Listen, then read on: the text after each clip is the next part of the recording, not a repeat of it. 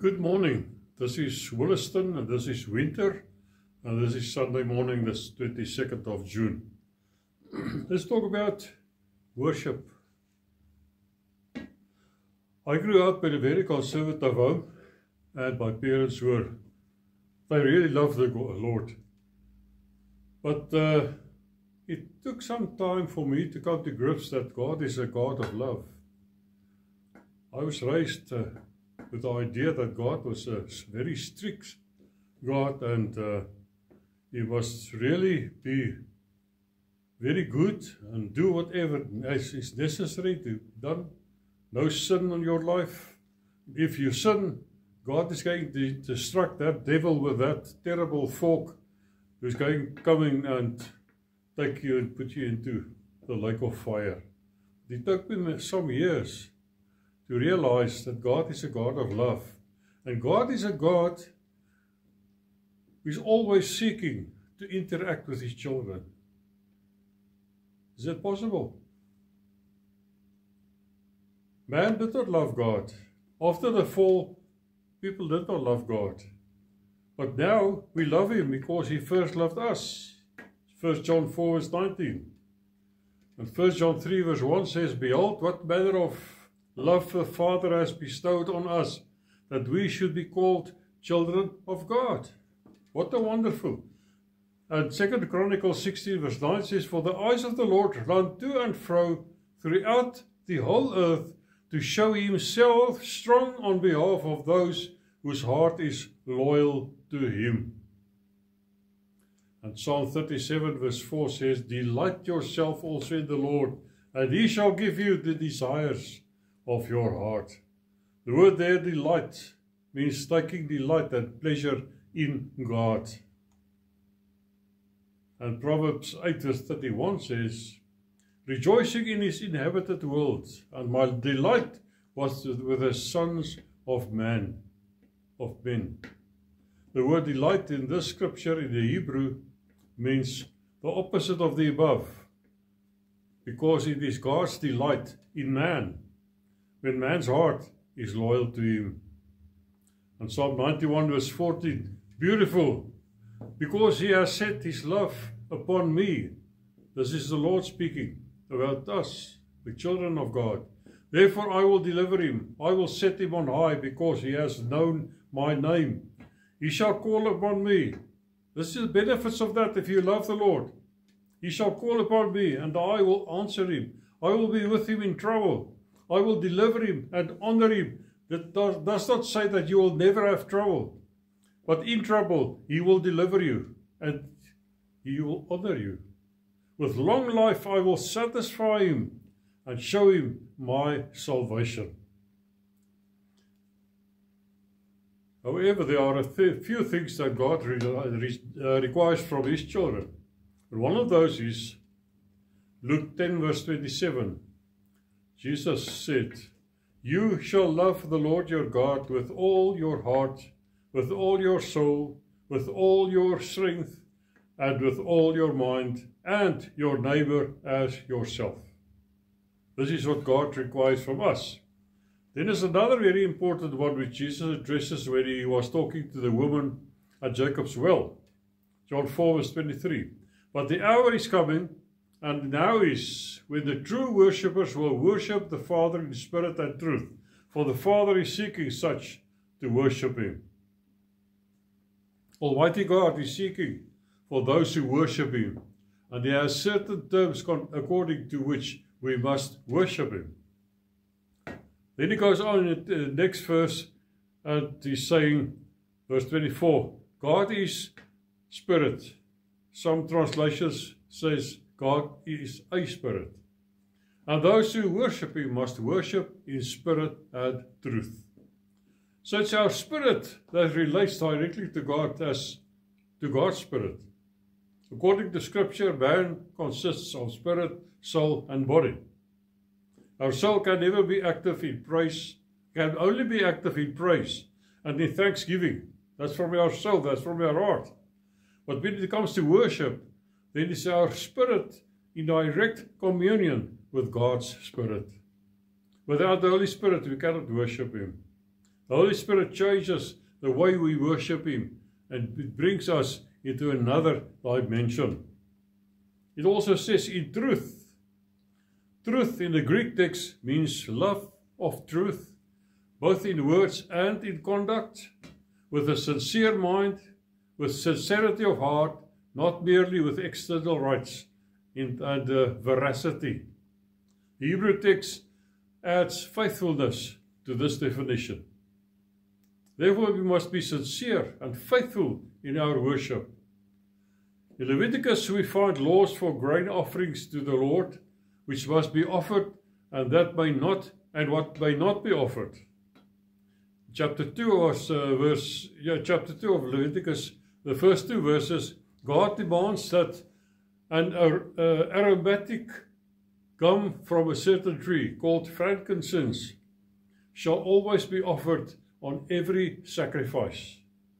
First verse says, when anyone offers a grain offering to the Lord, his offering shall be of fine flour, and he shall pour oil on it and put frankincense on it. He shall bring it to Aaron's sons, the priests, one of whom shall take from it his handful of fine flour and oil with all the frankincense, and the priest shall burn it as a memorial on the altar, an offering made by fire, a sweet aroma to the Lord. In this verse, a grain offering is mentioned. The Hebrew word is mina, which is translated in other occurrences as a wheat offering or a meat offering. The meaning of the word mina, it's a gift, a tribute, an offering. So the offering to the Lord was always a tribute. In other words, a gift or a statement made in acknowledgement, gratitude, or admiration, according to the Collins Concise Dictionary. We see in verses 1 and 2 that frankincense always accompanied this specific offering. We find 17 references to frankincense in the King James Version of the Bible. And I believe it refers to worship, because frankincense was only used when this offering was brought to the Lord as a gift or a statement made in acknowledgement, gratitude, or admiration to the Lord. When an offering of mina was offered as a sin offering or any other offering, then frankincense was not allowed to be burnt with it. This is why I'm sure that this offering with frankincense can be seen as worship, and it brings a sweet aroma to the Lord. We also find this in the birth of Lord Jesus, when the Magi from the east came and worshipped him, bringing gifts to celebrate his birth, and the gifts was gold, frankincense, and myrrh. Matthew 2 verse 11, we read by them, and when they had come into the house, they saw the young child with Mary his mother, and fell down and worshipped him. And when they had opened their treasures, they presented gifts to him, gold, frankincense, and myrrh. When we worship God in spirit and in truth, we bring our best, frankincense, a sincere heart, as a sweet aroma to the Lord. Now let us go to the practical part of worshiping Him in spirit and truth. Worship is to come from the Spirit and not the outward manifestation of the flesh. You can enjoy God's presence in the car, in the street, in the mall. Worship is not reserved for such just sacred places as a church meeting or a prayer closet, but for only one place, the heart. It comes from the heart. In our scripture, John 4 verse 23, we find that God is seeking true worshippers when He discussed this with the woman at the well. Why could an omnipresent God be seeking for true worshippers? Why does He seek? Jeremiah 23 verse 23 and 34. Am I a God near at hand, says the Lord, and not a God afar off? Can anyone hide himself in secret places so I shall not see him, says the Lord? Do I not find heaven and earth? Do I not fill heaven and earth, says the Lord? And then he answers this in Psalm 139 verse 7. The psalmist asks, where can I go from your spirit? Or where can I flee from your presence? If I ascend to heaven, you are there.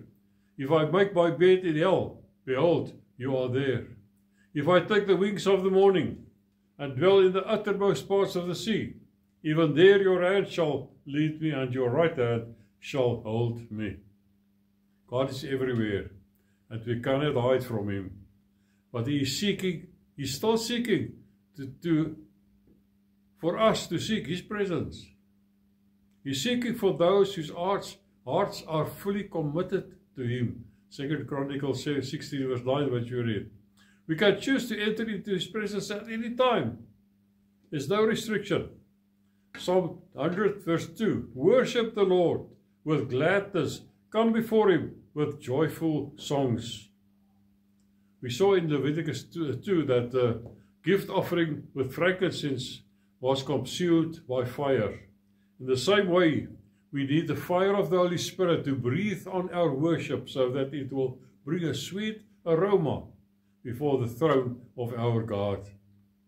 There must be an impartation of the Holy Spirit into our spirit, enabling us to worship in spirit. To worship in spirit is not only accompanied by the speaking of in tongues, although the gift of tongues is a great attribute for the believer, but to worship is to flow out of my spirit to God. The Holy Spirit's desire is to fill every believer, enabling him to not only speak in tongues, but also to worship in spirit and in truth. Ephesians 5 verse 18. And do not be drunk with wine, in which is debauchery, but be filled by the Spirit, as that was quoted from Proverbs 23 verse 31. And verse 19 from Ephesians 5 says, speaking to yourselves in psalms and hymns and spiritual songs, singing and praising in your heart to the Lord. Worship is in spirit, but also in truth. God not only wants us to worship in truth, he also wants us to walk in truth. The truth comes from the heart and must be initially deposited into the heart by the working of the Holy Spirit and by willingness for him to do just that. How can it be better expressed than by the psalmist when he says in Psalm 51 verse 6, behold, you desire truth in the inward parts, and in the hidden part you will make me to know wisdom. And verse 10 says, create in me a clean heart, O Lord, and renew a steadfast spirit within me. Then Psalm 19 verse 40 says, let the word of my mouth and the meditation of my heart be acceptable in your sight, O Lord, my strength and my Redeemer. Then we read from Psalm 86 verse 11, teach me your way, O Lord. I will walk in your truth. Unite my heart to fear your name. God is always seeking for us. He longs for us to abide in him, for our spirits be filled with his spirit and our hearts to exemplify his truth. Let's continue in worshiping God. It's so satisfying. May God bless you, and we will talk about this again next week. God bless you. Amen.